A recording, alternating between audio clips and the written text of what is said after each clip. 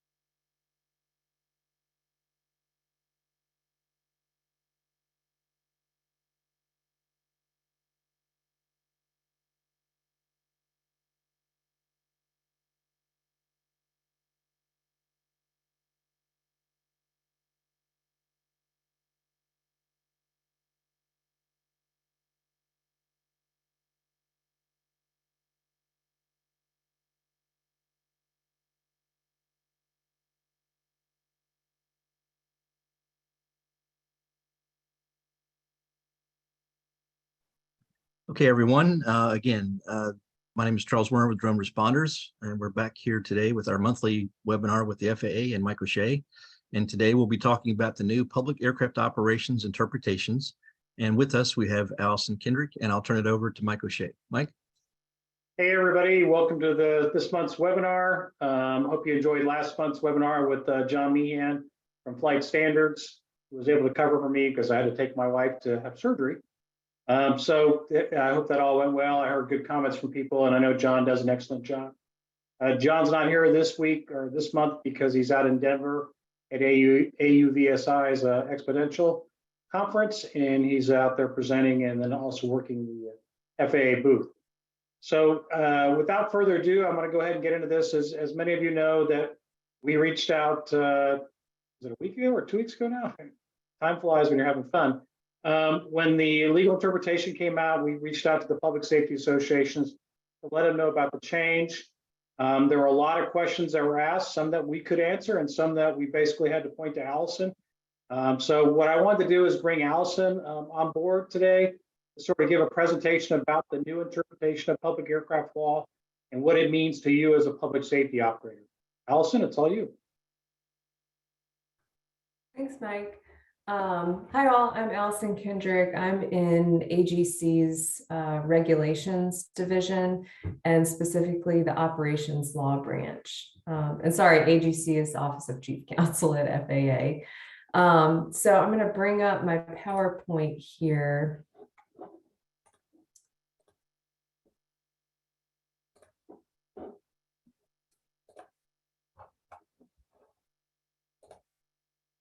And hopefully you all can see it.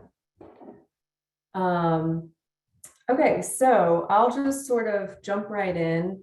And I guess the best place to start is sort of what FAA's authority is statutory as well as regulatory, because that sets the stage for our public aircraft authority. So Congress obviously passes laws, and those are the statutes under which the FAA works. The FAA cannot revise those statutes, although we are able to interpret the statutes.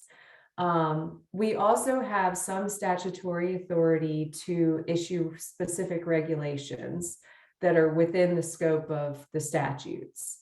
For public aircraft, unfortunately, that is not a regulatory authority, it is all statutory. So that really limits FAA's abilities and what we can do with the public aircraft statute.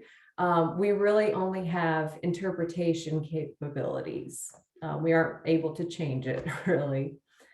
All right. Oops. Okay, so the first step in determining valid public aircraft operations is who is the operator? And it has to be a valid government entity that includes the federal government owning aircraft or using aircraft for training. It also includes state governments and their political subdivisions, whether they own the aircraft or they have a 90-day exclusive lease for an aircraft. And it also includes tribal governments operating UAS. It does also include armed forces, but that's more in DoD's realm, so I'm not going to cover that in this presentation. So all of these valid public aircraft are subject to the substantive PAO requirements, which are found in 49 USC 40125B. And that part of the statute has two requirements. First, a PAO cannot operate for a commercial purpose. And second, only crew members and qualified non-crew members can be on board the aircraft.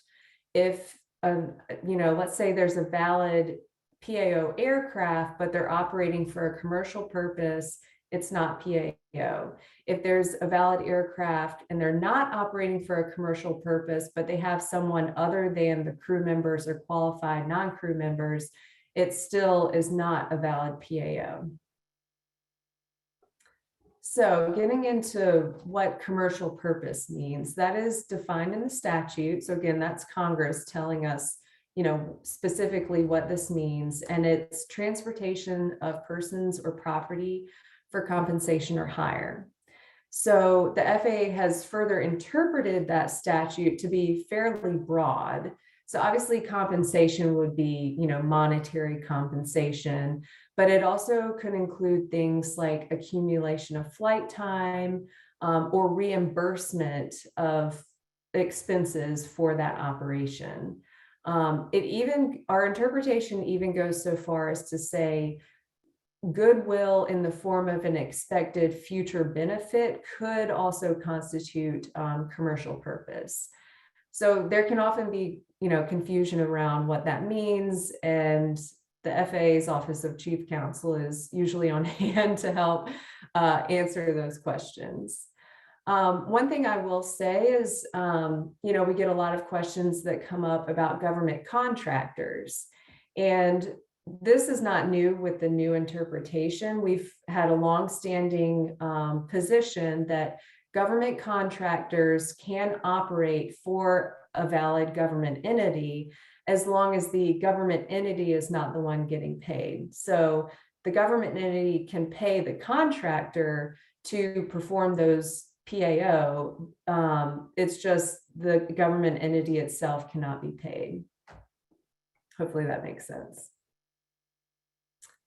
So governmental function is where we have had a lot of questions in the past, and this is where the new interpretation comes into play.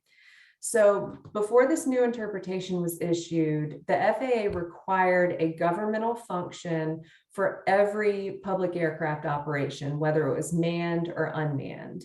And governmental function is defined in the statute. Really, it's a list of examples of qualifying functions, and it's things like firefighting, search and rescue, aeronautical research, things like that. So in taking a closer look at the statute, we realized there's more flexibility, and we actually realized we could broaden the scope of valid PAO. So governmental function really only comes into play when there are non-crew members on board the aircraft. So we would determine, and qualified non-crew member is defined in the statute as someone whose presence is required or associated with the performance of a governmental function. So that's really the only time that governmental function comes into play. So obviously for UAS operations, we don't look at governmental function at all because there are no individuals on board the aircraft. And like I said, the statute outlines the definition of governmental function. I know this doesn't really apply to this group, but I'll just say it anyway. The list of examples in the definition is supposed to be illustrative and not exhaustive. So they are examples, but there are more that could be included in that. But I will say in the past, for example, we have said like public safety doesn't meet the definition of a governmental function, or natural disaster inspections don't meet that definition. So it really limited the scope of UAS operations that, you know, public safety agencies could conduct. This new interpretation would allow public safety operations, really anything that does not constitute a commercial purpose, as long as all the other elements of the statute are met, would be a valid public aircraft operation. So specifics for UAS PAO, all of UAS PAO operations require a certificate of authorization. And what we look for in that process is, first, the government entity needs to send what we call a public declaration letter to the FAA. And that letter outlines, first, that it is a valid government entity under the statute. Second, that they are not operating for a commercial purpose. So examples of intended operations would be helpful so that we can sort of visualize what that entity envisions for the PAO. And like I said, in the past, we also required a statement or an explanation of how it meets governmental function, and that's no longer required. So really for UAS, it's government entity, are you operating for a commercial purpose? And that's pretty much it. I do want to flag that COAs do expire. So obviously, I think it's mostly every couple of years. The entity needs to reapply for the COA. So what's it worth to be a PAO? And many of you probably already know this, but a lot of folks want to, you know, meet the requirements of the statute because not a lot of FAA regulations apply to PAO. The airworthiness regulations generally don't apply. The pilot certification regulations generally don't apply. However, there are still regs that apply to PAO, mostly air traffic regulations, but there are also Part 137, Part 133 regulations that also apply. Those are ag ops and external load rotorcraft operations, by the way. So, you know, a lot of people are mistaken when they're like, oh, PAO, I can do anything. None of the rules apply. FAA has no oversight or enforcement authority. And that's not accurate. We do still exercise our oversight authority, and some regulations do still apply. Granted, it's a smaller set of regulations. One thing we point out is that you can't really violate the PAO statute if you don't meet the requirements. It just means that you're a civil op and you have to comply with the applicable civil regulations. So things to remember, actually Mike brought this up before the meeting started, but a lot of folks refer to public aircraft operations as Part 91 operations, and that's actually not accurate. They are their own category, PAO, because it's a statutory authority, not really a regulatory authority. That's not a huge deal, but it's just something that we like to point out. And again, the airworthiness requirements, the airman cert requirements don't apply, but there are still some regulations that would apply. One thing that we do point out to a lot of our UAS operators is, you know, sometimes they try to shoehorn themselves into the PAO statute, and it's just not a good fit. Like they're really trying to meet the requirements of the statute, but it's not quite working out. And obviously those operators are welcome to operate under Part 107 as long as they comply with those regs. And sometimes it's easier, instead of getting through the red tape of being a PAO, a lot of people will just choose to operate under Part 107.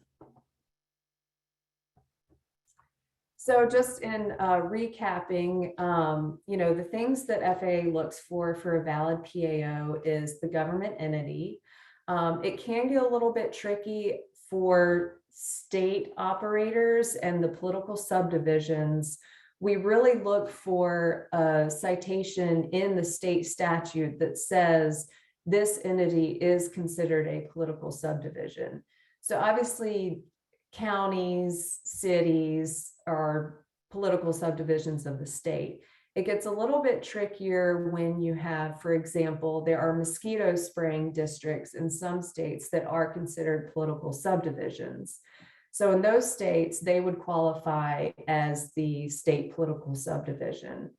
So once we determine it's a valid political or government entity, then we also look at the operator. So for example, the county sheriff's department, the county is the political subdivision, and the sheriff's department is the entity within the public government entity that would be operating the PAO. So a lot of questions can arise from that based on, just wondering, do I qualify as a government entity? And again, FAA Office of Chief Counsel is often happy to sort of take a look and answer those questions. So once you get over the hurdle of valid government entity, then for UAS, we will just look at whether they have a commercial purpose. If they do have a commercial purpose, then they would not qualify as PAO. And that's pretty much it for UAS. So definitely a broader scope now with the new interpretation. And I think that's it. I'm happy to answer any questions that folks may have. I will say I'm happy to answer legal questions. I don't always know some of the other questions, but maybe Mike could jump in with those. Charles, do we have questions? Yes, we do. We have 3 questions. I'll take the first one. The last one first because it's easiest is, can we get a copy of the PowerPoint presentation and share with people? Just so you all know, this is also recorded, so the recording will also be available, so you'll be able to see that presentation as well. The first question's Damie Sherrill says, good afternoon. Thanks for your time in this presentation. I submitted a PA disclosure letter for approval into CAP system on April 19th. The letter was submitted to 9-AJV-115-UAS organization at FAA.com. And I know that's not right because it's not .com. However, I have not yet received a response. Can you tell me if this is correct email address and how long I should expect a wait response? Mike, you want to answer that one? Because I think that's probably more something you can so if you did send it to the correct address, .gov, then at FAA.gov, then send me an email, and my email address is, I'll put it in the chat, but and I'll basically refer to Steve Pansky. Or Steve, if you're online, go ahead and put your email address on there. Steve Pansky has the access to the CAPS program and can also look to see whether or not somebody's stuff is in there and being approved or being submitted. We did have a little bit of a delay doing public declaration letters because Steve went on vacation. The nerve of that guy. He went on a cruise from Australia to Hawaii. Next time we're just going to deny it. I mean, but he needs to work 24/7. And I don't know why he thinks he deserves any kind of vacation, but and here's Steve. Steve, you want to comment on looking at stuff for this person? I'm sorry, Mike. I don't know. Can you hear me? Yeah.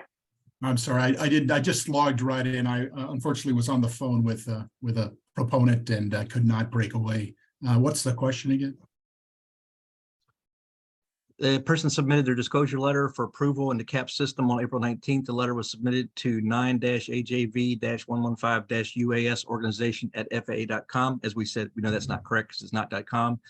He's not received response. Can you tell me if this is the correct email address and how long I should expect to wait for a response back? So the correct email address is 9-AJV-115-UAS organization, one word, at FAA.gov. There you go. And ironically, when I came back to work, the individual that was managing that particular website actually left the agency. And so I'm now covering both of those. So the short answer is if you resend that information out to that website or send it directly to me, I'll be able to get to it right away and I'll get you your answers, whatever you need. Hey, Steve, can you put your contact information in the chat for everybody? Sure, absolutely. Thanks. Next question, Charles. Is a publicly owned UAS flying over an area affected by a disaster collecting imagery for documentation for FEMA disaster reimbursement for the affected jurisdiction does not fall under commercial purpose statute? Question. There's no charge for the flight per se, although there's part of applying for reimbursement through the emergency management EMAC agreement. Yeah, so we do get a fair amount of questions about FEMA reimbursement, and our position has not changed. I know, unfortunately, to the ire of many folks, I'm sure, but our position has not changed with the new interpretation that any form of reimbursement, including from FEMA, would constitute a commercial purpose and would not fall within the scope of PAO. But just to go along with that, they could operate under Part 107 and do that. Yes, exactly. legally. Yeah. Yeah, so like I said, you're not violating the PAO statute. You're not prohibited from the operations. It's just you need to operate under Part 107. So can you conduct PAO operations for non-emergency operations such as training, public outreach, demos, etc.? Yes, those would now fall within the scope of the PAO statute as long as you meet the other requirements, valid government entity, and it's not for a commercial purpose. Yeah, and I think that we had discussions before, which was said that we couldn't. The question was, could we do things like pre-fired flights? Could we fly over buildings to get actual photographs to use for our pre-fire planning documents? That would now be legal as well, correct? Yes, it would be. As long as you don't fly over people or moving vehicles. Right. One of the issues with being a PAO is the need to file a NOTAM for every flight. Will the FAA be eliminating this requirement in the future? So the answer is there is a lot of discussion about this, and nothing happens very quickly within the federal government, and this is probably an example of that. But Steve, were you on that working group that was talking about this? I was not on the SRMD panel that was talking about this, unfortunately, but I understand that they are. This was one of the items they were discussing along with the 5322 provision that is contained in the blanket COAs. Those are also under discussion. So we're optimistically looking forward to potential changes coming out. The good news is there's a conversation taking place, which is always a good thing, which means there's consideration to do that. And we sort of realized the reason why NOTAMs originally were issued because UAS operations were fairly unique. And we were letting manned aircraft operations know that we're UAS operating in their space. But now with 107 operations that don't require NOTAM and the deluge of UAS operations overall, it really has lost that effectiveness. So we're looking at it, but it has to be changed. Yeah. I suspect all those NOTAMs end up getting to be a lot of noise after a while. Okay, next question. Hold on here. Let's see. PAO COAs require VO for night flights, but Part 107 doesn't. Any planned changes? Say that again? You would do that to me, wouldn't you?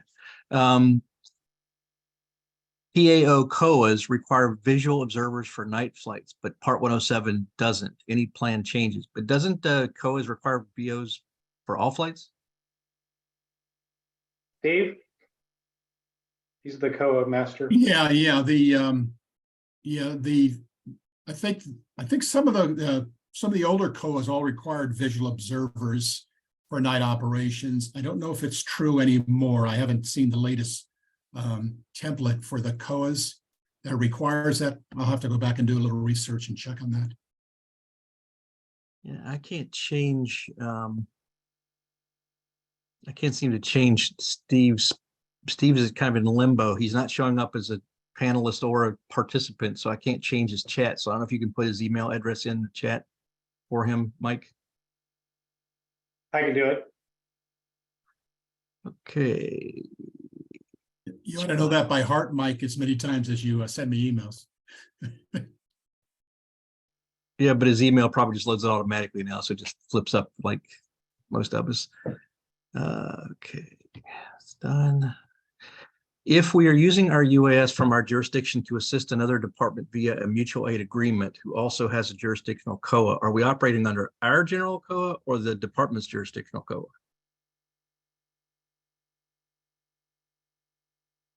Well, I would let general counsel, that's probably a better question for them, but in reality, if you're operating on behalf of somebody else, you're operating as them. You're operating as their agent. So you're under their COA. Be careful when you do that, because remember, one of the conditions of operating as a public aircraft operator is that you either have to own or the aircraft has to be leased to you for a minimum of 90 days with exclusive rights, which means that if you're using your own equipment by your agency purchased and you're not under the same agency, you're going to want to operate under your own COA. So you can obviously be legal when you operate as a public aircraft operator. And there are some exceptions for that rule, for search and rescue and some other stuff, but for the most part, Steve I would heed what Steve said and think about operating under 107 if you're going to do that. Next question. If a municipality and its public safety entities, AAK, fire department, police department, recently applied for a COA, does this new FAA interpretation change anything material about the remainder of that COA process for that municipality? Will any information need to be updated by the municipality or its subordinate entities before moving forward with remainder of the COA process? I know Steve is working on changing the public declaration letters to make sure that they don't have to say governmental function anymore. Other than that, really, it shouldn't. I don't know if is there something in the COA, Steve, that say you have to meet the governmental function? If there is, then that'll need to be changed or amended. Yeah, it's a great question. I'll take an IOU to go back and take a look at that. Like I said, I don't even know if in the past if it ever referenced governmental function in the COA itself, but I'll take a look. That's a great question. Well, even if it said governmental function, based on the interpretation, wouldn't that change the whole thing, Allison?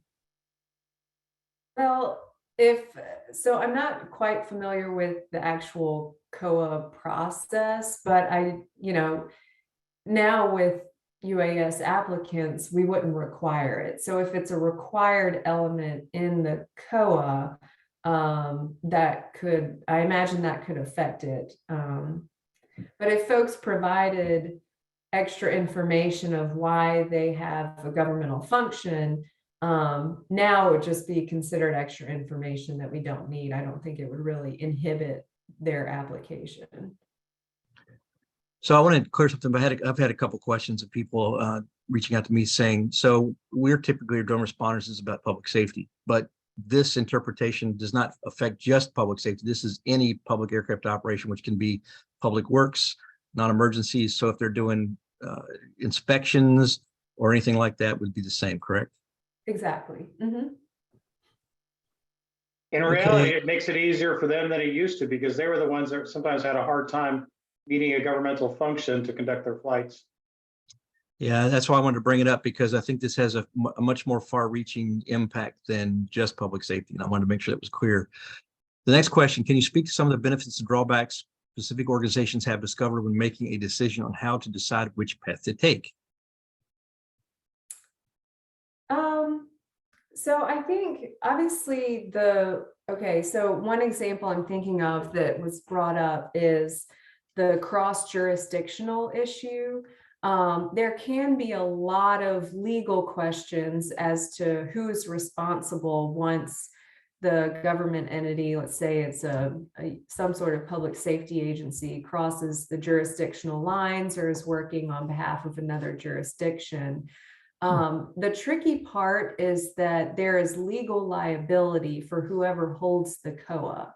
So a lot of times you have one county that wants to work with another county, and they want to have this joint operation, But then when we get into the weeds of, okay, well, who would be legally liable if something were to happen, then no one really wants to be the sole, responsible party. So in those instances, the entities may choose to operate under Part 107.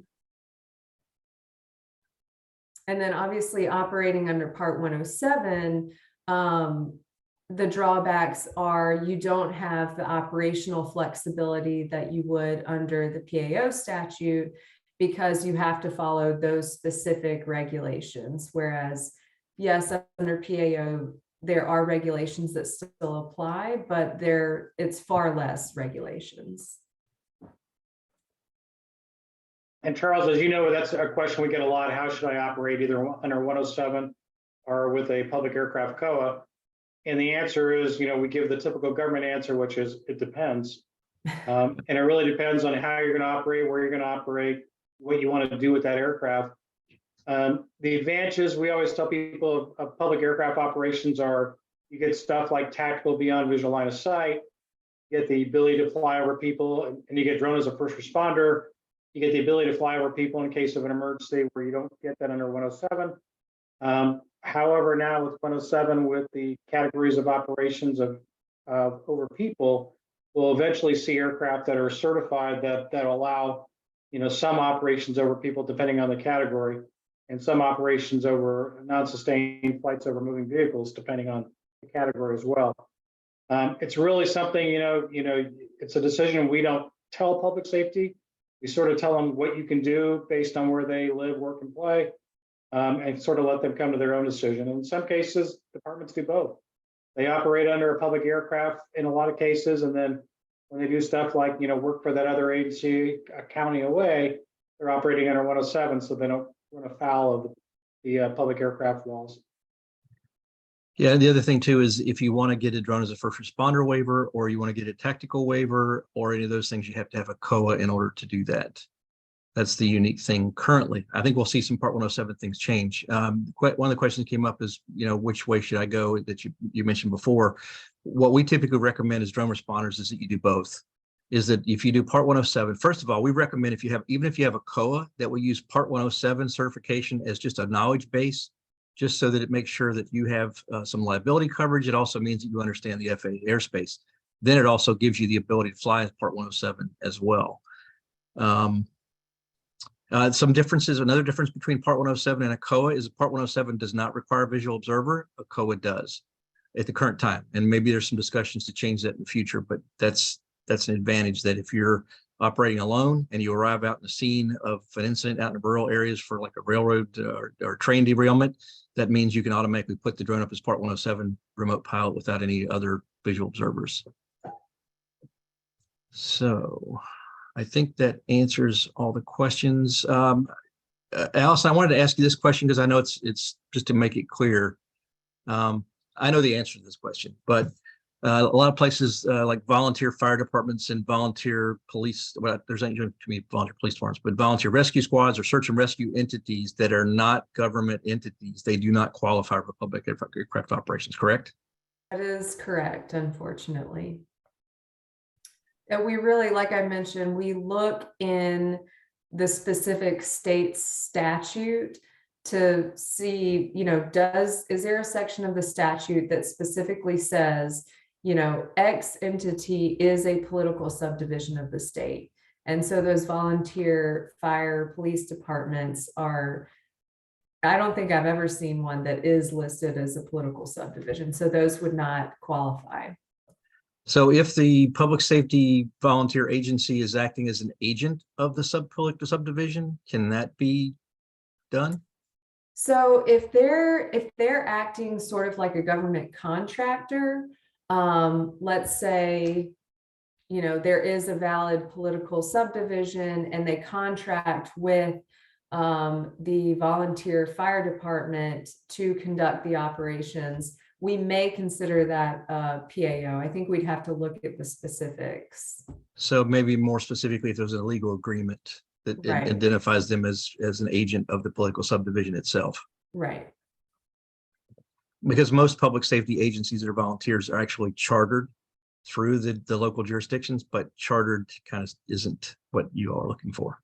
Right. Well, I we've would seen this say- happen in the past, Charles, is where we've had a county actually apply for the COA and get the COA, where they had a volunteer agency that the county fire department was volunteer, where they were operating, on behalf of that county, but it was the county that was holding the COA.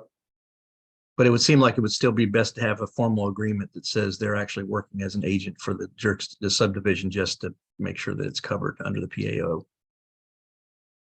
Yeah, and we should flag also that they would need to have an exclusive use lease for 90 days with the government entity. The volunteer fire department couldn't be conducting operations for the county, for one county, and then conducting operations at the same time for another county, because that would not be an exclusive use. And then the other question is, do you need to declare ahead of the flight if you're flying Part 107 or PAO? Can you switch at any time, Mike? We get this question a lot, and obviously there's no like mind meld that where you go, but you should know when you're preparing that operation that you're conducting that operation either under 107 or public aircraft. We know there are certain situations where you may have to do something different, and if you have the ability to change. And I've heard it both ways. I've heard, Karen say you basically should land and then retake off as the whatever operation. But in reality, if you need to change because of, a life-threatening, scenario, then that's what you need to do. But you need to keep it very clear in your mind how you're operating, because there's different operational requirements for both, public aircraft COAs and under 107. You need to be able to make sure you do the correct reporting and meet the correct requirements. Yeah, I'll just add too that I think that as you're getting ready to start, and just as I mentioned before, if you're out in a rural area for a train derailment, that's where you want to think, I'm operating Part 107 right now because I can operate by myself. I don't need to have a visual observer. That's clearly a decision-making process, which puts you in the right place. But I think what Mike's saying is that if you do have an emergency, I don't think the FAA or anybody else is going to say that you need to land because you need to change it right then, but at least know that you've changed your operation from one to the other and document that after it's over with, so that if any questions come up, you can answer what you did. The other important part of that, Charles, is that you have other people that are helping support you in those operations, whether it's a sensor operator or you've got visual observers assisting you or other individuals.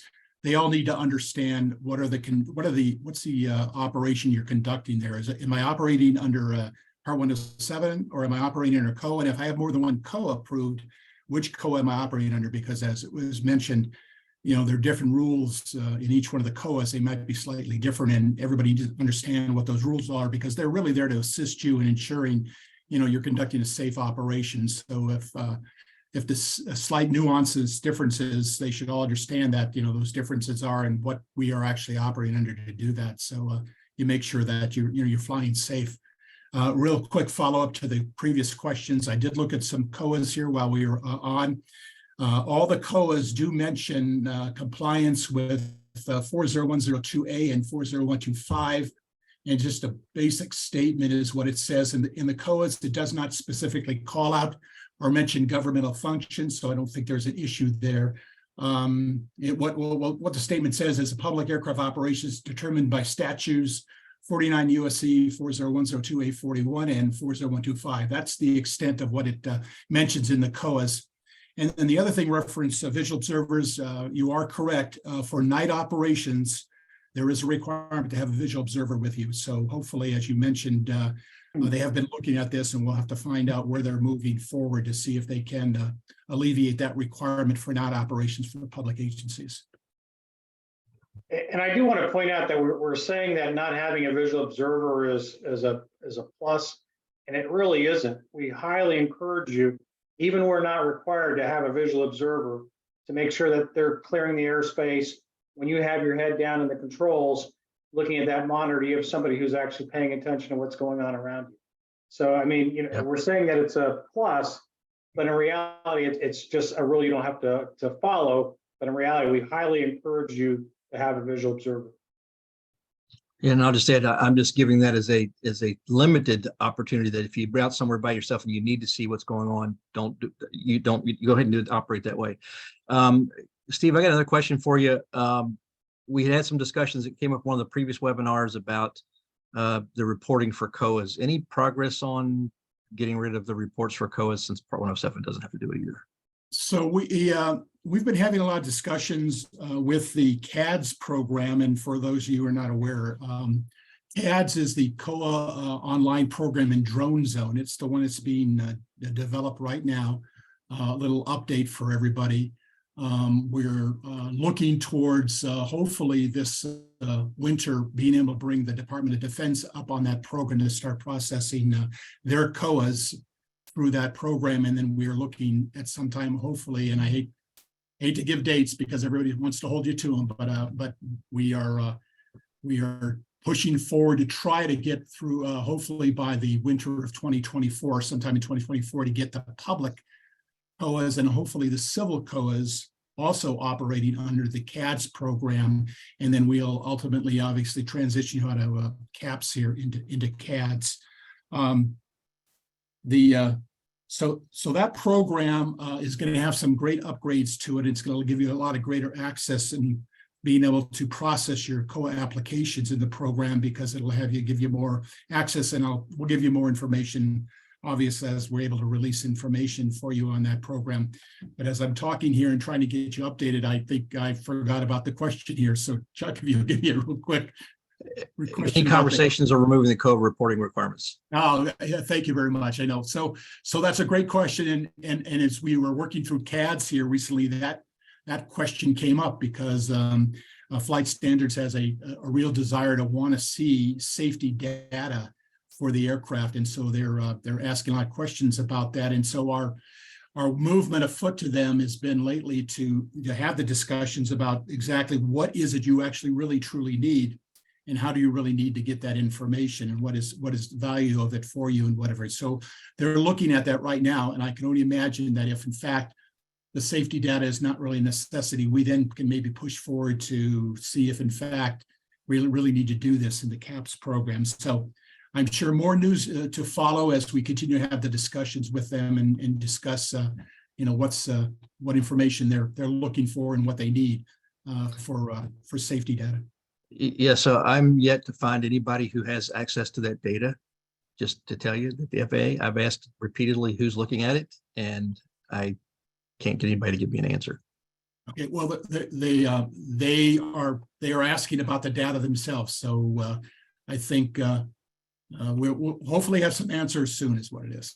Fingers crossed. Okay, Yes. so the next question I have is, do you see the FAA heading in the direction of recognizing that regulating state public safety operations is simply outside of its purview? There is a fundamental constitutional incompatibility between what the FAA is authorized to do and regulating what a state can determine for itself, provided that it does not interfere with interstate commerce. The entire discussion of COAs and what the FAA requires of states is built on very thin ice. That really sounds like a legal question to me.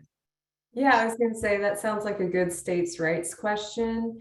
And I would say should probably be directed at Congress, because this is our statutory authority through Congress, rather than our regulatory authority, PAO specifically. It's a different question for all other FAA regulations, but we do have the authority to regulate the national airspace. So Adam, thanks for the question. That's one take to your members of Congress. Okay. Any other questions on this topic? And if not, are there any questions on any of the other topics that we previously discussed that you would like to know about, or something that you have in the wings that you're wanting to know on progress?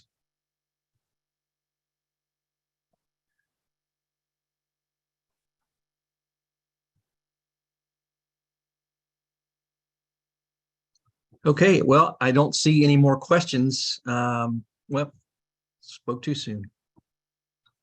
How can I find out the status of my COA? Steve Pansky. That's right. Send me an email, please. Stephen.ctr.pansky@faa.gov. And I will give you the status. I'll, if it's already been submitted, I can communicate with the service center that is processing it, and we can find out what's going on.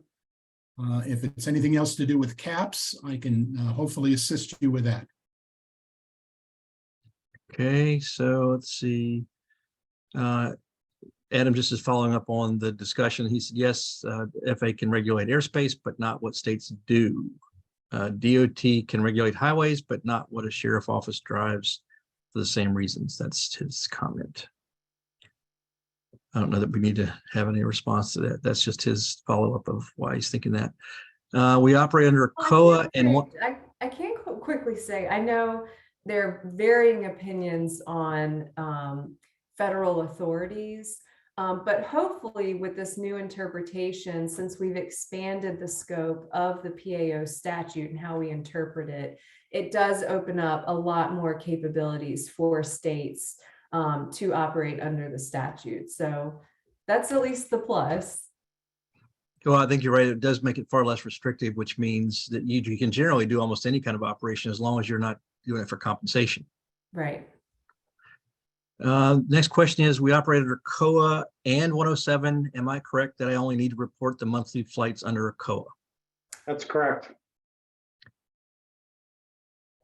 And negative responses are required. In other words, if you didn't fly any operations during that month, you still need to send a notification in that, in fact, no flights were conducted under the COA. Hey, Steve, I know I'd send you lots of emails, but can you give me your email address again? I'll just put in the Q&A.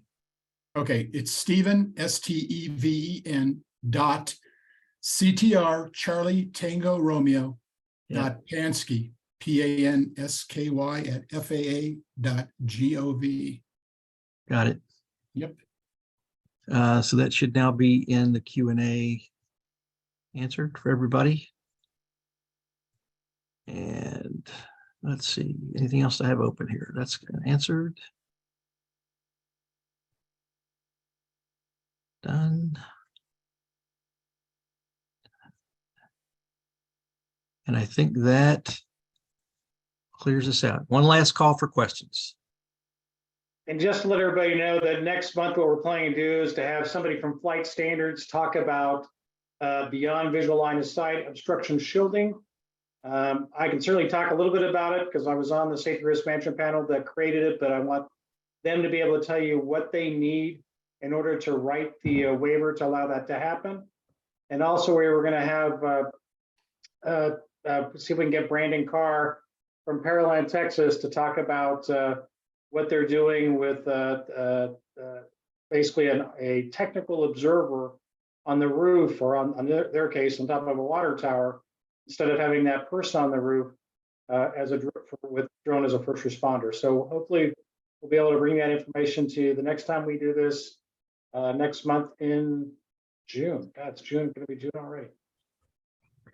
Yes, well, I think that covers all the questions. Mike, as always, thanks for hosting the event. And Allison, thanks for being here to help clear up. You had some really great Thanks, news. Allison. So you're a very big fan. People are big fans of you now for helping to lift such a long-term FAA Employee of the Year, in my opinion. I think it's pretty close.